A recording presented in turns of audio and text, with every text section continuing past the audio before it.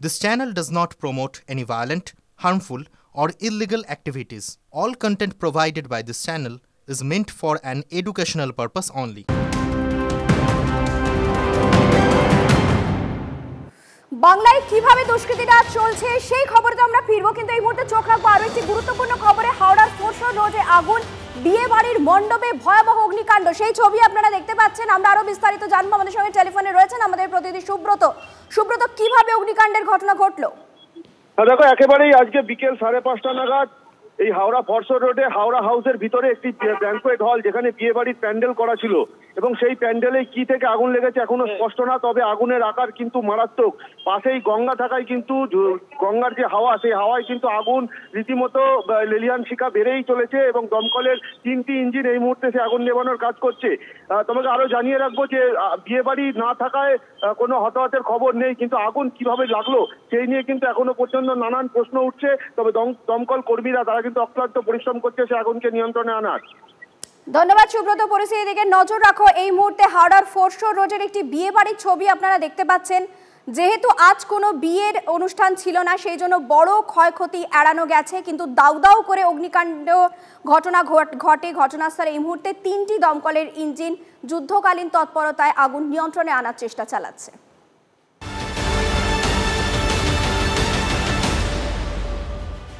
কিছুক্ষণ আগেই কসবায় কিভাবে তৃণমূল কাউন্সিলরকে খুনের পরিকল্পনা করা হয়েছিল বা কেন করা হয়েছিল সেই ছবি আপনাদের সামনে আমরা তুলে ধরছিলাম। এবার আসা যাক মুকুন্দপুরের খবরে। শেয়ারে ভরা ডুবিয়ে টাকা তুলতে নাকি লুটের ছক কষা হয়। মুকুন্দপুরে লুটের চেষ্টায় এমনই চাঞ্চল্যকর তথ্য সামনে আসছে। পুলিশ সূত্রের খবর, 3 দিন আগে 12 গ্রাম ও 3 গ্রামে 2টি সোনার চেনের অর্ডার দেওয়ার নামে দোকানে এসে রেকি করে যায় অভিযুক্ত। আর আজ ভর দুপুরে সরাসরি অপারেশন। ঘটনায় ত্রিপুরা থেকে আসা বাইপাসের ধারের একটি হাসপাতালের কর্মী দীপঙ্কর পালকে গ্রেফতার করেছে পুলিশ। স্ক্যানারে মহারাষ্ট্রের আর এক বাসিন্দা সাগর, চলছে জিজ্ঞাসাবাদ। কসবার পর মুকুন্দপুর 48 ঘন্টা কাটতে না কাটতেই মাত্র 5 কিলোমিটারের দূরত্বে খাস কলকাতার বুকে ফের প্রকাশ্যে দুষ্কৃতী তাণ্ডব। 500 মিটার দূরেই থানা, কিন্তু তার মধ্যেই খুল্লা দুষ্কৃতী তাণ্ডব। মুকুন্দপুরে ক্রেতা সেজে সোনার দোকানে লুটের চেষ্টা, বাধা দিলে মালিককে ধারালো অস্ত্রের কোপ মারা হয়। আশঙ্কাজনক অবস্থায় ওই ব্যক্তি হাসপাতালে চিকিৎসাধীন। সাগর এবং দীপঙ্কর পাল নামে মহারাষ্ট্র ও ত্রিপুরার 2 দুষ্কৃতীকে আটক করে পুলিশের হাতে তুলে দিয়েছেন স্থানীয় বাসিন্দারা। সরেজমিনে ঘটনাস্থল পরিদর্শন করেন ডিসি ইস্ট। আর এখানেই উঠছে প্রশ্ন, কোথায় আইন শৃঙ্খলা? 2 দিন আগে যেখানে কসবায় খোদ তৃণমূল কাউন্সিলরকে প্রকাশ্যে খুনের চেষ্টা করা হলো, সেই ঘটনায় উঠে এলো বিহার লিঙ্ক। আর তার রেশ কাটতে না কাটতেই এবার ভর দুপুরে কসবা থেকে মাত্র 5 কিলোমিটার দূরে মুকুন্দপুরে সোনার দোকানে লুটের চেষ্টা। কোথাও আবার আক্রান্ত হতে হচ্ছে খোদ আইনের রক্ষককে। যতটুকু বোঝা, যেহেতু ওনাকে ছুরি দিয়ে আঘাত করা হয়েছে, তার মানে মনে হচ্ছে ঘটনাটা প্রি প্ল্যান করা, বা যারা করেছে হয়তো প্রফেশনাল। মানে ছুরি অস্ত্র নিয়ে এসছে মানে হয়তো বা চুরি বা ছিনতাই এরকম হওয়ার সম্ভাবনাটাই বেশি। গলাতেই দেয়। এবার ওই সময় চিৎকার করে সঞ্জয় দা, এবং ও ছুরি চালানো অবস্থায় চিৎকার করে, ধরে রাখে ওকে। ওই মুহূর্তে আমাদের এই কাকিমারা আশেপাশে আছে এবং আমার দাদারা, পাড়া দাদারা সবাই থাকে, সবাই মিলে ঝাঁপিয়েছে, ধরে ফেলে, দুজনকে ধরে ফেলে, এবং পরবর্তীতে সঙ্গে সঙ্গে পুলিশ চলে আসে। পুলিশকে ইনফর্ম করা, পুলিশ আসে এবং পুলিশ তাদেরকে নিয়ে যায়। কজনকে? দুজনকে ধরে নিয়ে। এরা কি পরিচিত কেউ, চেনে না? বাইরে থেকে এরকম কোনোদিন ঘটেনি, এরকম ঘটে না। শান্তিপূর্ণ যাত্রা, রাত্রির 12টা 1টা অব্দি আমরা, সকাল 11:30 আমরা ছুটির দিন, আমরা তো রাত্রির বেলা 12টা 1টার সময় যাই। এখানে কোনো ব্যাপার না, আমরা কোনোদিন ঘটে না এরকম ঘটনা আমাদের এখানে। আমাদের মুকুন্দপুরে এই ঘটনার এই প্রথম হলো। একেবারে সকালবেলায় এই প্রথম ঘটনা, এরকম ঘটনা আমাদের শান্তিপূর্ণ এলাকা। সবথেকে বড় কথা দাদা, আমাদের অঞ্চলে আপনি সারা রাত ধরে লোক যাতায়াত করে, কখনো কোনো রকম কিছু হয়। জনবহুল এলাকা, বাজার এলাকা, আসলে বেশ কিছু হাসপাতাল, সে তো অনেক দূরে আছে, এটা অনেকটা মনের মাথা, বাজার থেকে অনেকটা দূরে। এইখানে প্রথম ঘটনা। ঠিক যে জায়গাতে আমরা দাঁড়িয়ে রয়েছি, পূর্ব যাদবপুর থানা এলাকার মুকুন্দপুর বাজার, সকাল 11:30 নাগাদ এই যে সোনার দোকান আমরা দেখতে পাচ্ছি, এই সোনার দোকানের ভেতরে এক দুষ্কৃতী সে প্রবেশ করে এবং ব্যবসায়ীর সঙ্গে সে সোনার বিভিন্ন অলংকার কেনাবেচা নিয়ে কথা বলতে থাকে, এবং তার মাঝেই সে লুটপাট চালানোর চেষ্টা করে। এবং জনবসতিপূর্ণ এলাকাতে কেন এ ধরনের পরিকল্পনা বা হামলার ঘটনা ঘটলো তা নিয়ে কিন্তু বিভিন্ন প্রশ্ন ইতিমধ্যেই উঠতে শুরু করেছে।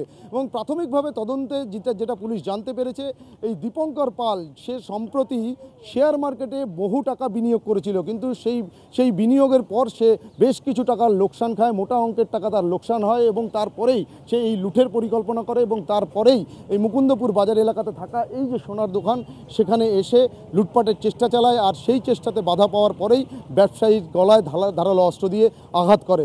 তবে শুধুমাত্র কি এই লুটপাট চালাতে গিয়ে বাধা পেয়েই কি এই ধারালো অস্ত্র দিয়ে আঘাত করার ঘটনা, নাকি এর নেপথ্যে অন্য কোনো কারণ রয়েছে, অর্থাৎ অন্য কোনো পুরনো ব্যবসায়িক শত্রুতা বা অন্য কোনো কারণ রয়েছে, সেটাও কিন্তু খতিয়ে দেখছেন তদন্তকারীরা।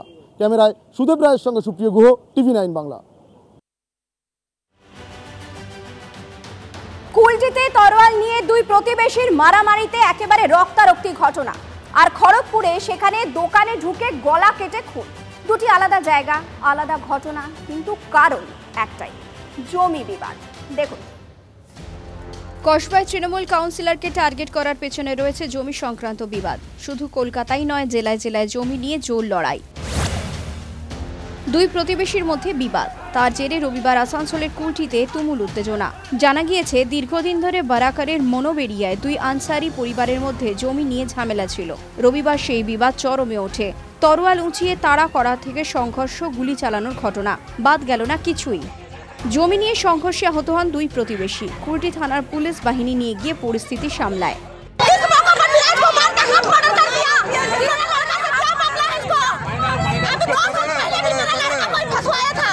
উত্তেজনা ছড়িয়েছে পশ্চিম মেদিনীপুরের খড়গপুরেও। সেখানে আবার জমি বিবাদের জেরে গলা কেটে খুনের অভিযোগ। জানা গিয়েছে কলাইকুণ্ডার পাড়াডিহার বাসিন্দা উমাশঙ্কর মাহাতো শনিবার রাতে উমাশঙ্করের ওপর 3 দুষ্কৃতী হামলা চালায়। দোকানের ভিতর গলা কেটে খুনের অভিযোগ। নিহত উমাশঙ্কর মাহাতো স্থানীয় রাস উৎসব কমিটির সভাপতি ছিলেন। পরিবারের অভিযোগ, জমি বিবাদের জেরেই এই খুন। সংক্রান্ত বিষয় নিয়ে, পারিবারিক জমি সংক্রান্ত বিষয় নিয়ে আমার দাদাকে গজালে দিয়ে খুন করেছে। রাজু মাহাতো, হরিয়াতাড়া গ্রাম, ওর বাবার নাম রঞ্জিত মাহাতো, আরেকজনকে চিনি স্যার, তার নাম হচ্ছে মঙ্গল মাহাতো। জমি বিবাদের দুই ঘটনাতেই তদন্তে পুলিশ। চন্দ্রশেখর চট্টোপাধ্যায় ও দেবব্রত সরকারের রিপোর্ট, TV9 বাংলা। তিলোত্তমা ধর্ষণ খুনের 100 দিন, ফের পথে প্রতিবাদ। ডোরিনা ক্রসিং থেকে মোমবাতি মিছিল, বিচার চেয়ে 100 সেকেন্ডের নীরবতা। সোদপুর থেকে সাইকেল মিছিলের আয়োজন করা হয়েছে। নীরবতা পালন করে যে বিচারহীন যে অবস্থার মধ্যে আমরা আছি তার প্রতিবাদ জানাচ্ছি, এবং সেই সঙ্গে এই 100 মিনিট নীরব থেকে আমরা নিজেদের কাছে প্রতিজ্ঞাবদ্ধ হচ্ছি যে আগামী 100, 200, 300 দিন যতদিনই লাগুক ততদিন আমরা অভয়ার বিচারের জন্য রাজপথে থাকব। নীরব থেকেও প্রতিবাদের অঙ্গীকারে প্রতিজ্ঞাবদ্ধ হওয়া যায়। 100 দিন অতিক্রান্ত, বিচার অধরা, আর সেই 100 দিন পরও যখন বিচার অধরা, সেই জায়গায় 100 সেকেন্ড নীরব থেকে আরও একবার সুবিচার না পাওয়া পর্যন্ত রাজপথ যে ছাড়বেন না, সেই অঙ্গীকার করল নাগরিক সমাজ। তাদের স্পষ্ট বার্তা, নীরবতা ঝড়ের আভাস। সেই অঙ্গীকারকে সামনে রেখেই এই কর্মসূচি। ক্যামেরায় অরিতের সঙ্গে সৌরভ দত্ত, TV9 বাংলা, কলকাতা।